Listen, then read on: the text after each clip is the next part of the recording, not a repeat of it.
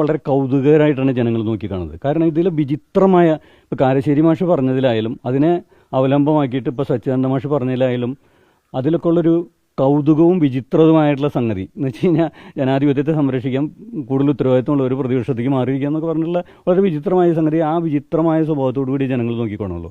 ജനങ്ങളെ സംബന്ധിച്ചിടത്തോളം ഞാൻ പറയാം, ഈ ഇലക്ഷനിലായാലും 2021 ഞാനതാ പറഞ്ഞത്.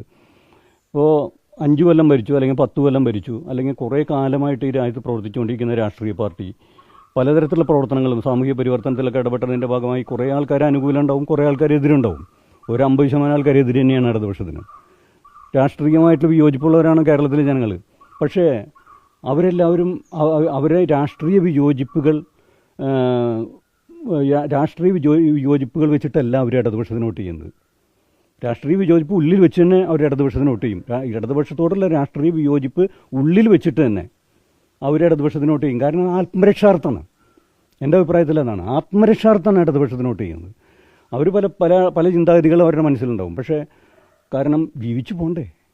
ഈ ഒരു സമൂഹത്തിലൊരു UDF പോലെയുള്ളൊരു ഭരണ സംവിധാനമാണ് വരുന്നതെങ്കിൽ നമുക്ക് പറയാൻ പറ്റില്ലല്ലോ ഇനിയൊരു പ്രളയം വരില്ല എന്ന് പറയാൻ പറ്റില്ലല്ലോ, ഇനിയൊരു കോവിഡ് വരില്ല എന്ന് പറയാൻ പറ്റില്ലല്ലോ, അത്തരത്തിലുള്ള അത്യാഹിതങ്ങൾ വരാൻ പറ്റില്ല എന്ന് പറയാം. അപ്പോൾ അതിനൊക്കെ ജനങ്ങളെ രക്ഷിക്കുന്ന ഒരു നേതൃത്വം ഉണ്ടാവുമോ? ഇത് വലിയൊരു കാര്യമാണ്. ഇപ്പോൾ ഞാൻ തന്നെ പറയാം, ഇപ്പോൾ ഞാൻ തൃശ്ശൂർ ഫ്ലാറ്റിൽ താമസിക്കുന്ന സമയത്ത് അവിടെ കുറേ ആൾക്കാർ, വയസ്സുമാരായിട്ടുള്ള ആൾക്കാർ ഇവിടെ നിന്നൊക്കെ വന്ന് താമസിക്കുന്നുണ്ട്. അവരൊക്കെ ഡൽഹിയിൽ താമസിക്കാൻ തീരുമാനിച്ചിരുന്ന ആൾക്കാരാണ്. പക്ഷേ കോവിഡ് കഴിഞ്ഞോടുകൂടി അവരൊക്കെ തന്നെ നാട്ടിലേക്ക് വന്ന് താമസിക്കും.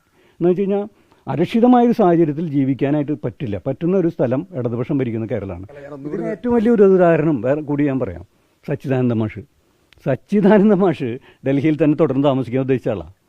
അത് എന്നോട് പലപ്പോഴും പറഞ്ഞിട്ടുണ്ട്, ഞാൻ കേരളത്തിലേക്ക് വരാൻ കാരണം കോവിഡാണ്. കോവിഡ് കാലത്ത് അവിടെ ഡൽഹിയിലും ഉത്തരേന്ത്യൻ സംസ്ഥാനങ്ങളിലും ഉണ്ടായിരുന്ന അരക്ഷിതമായ സാഹചര്യം, കേരളത്തിലുണ്ടായിരുന്ന സുരക്ഷിതമായ സാഹചര്യം, ആ സുരക്ഷിതമായ സാഹചര്യത്തിൽ ഞാൻ വരികയുണ്ടായെന്ന് അദ്ദേഹം എന്നോട് പറഞ്ഞിട്ടുണ്ട്.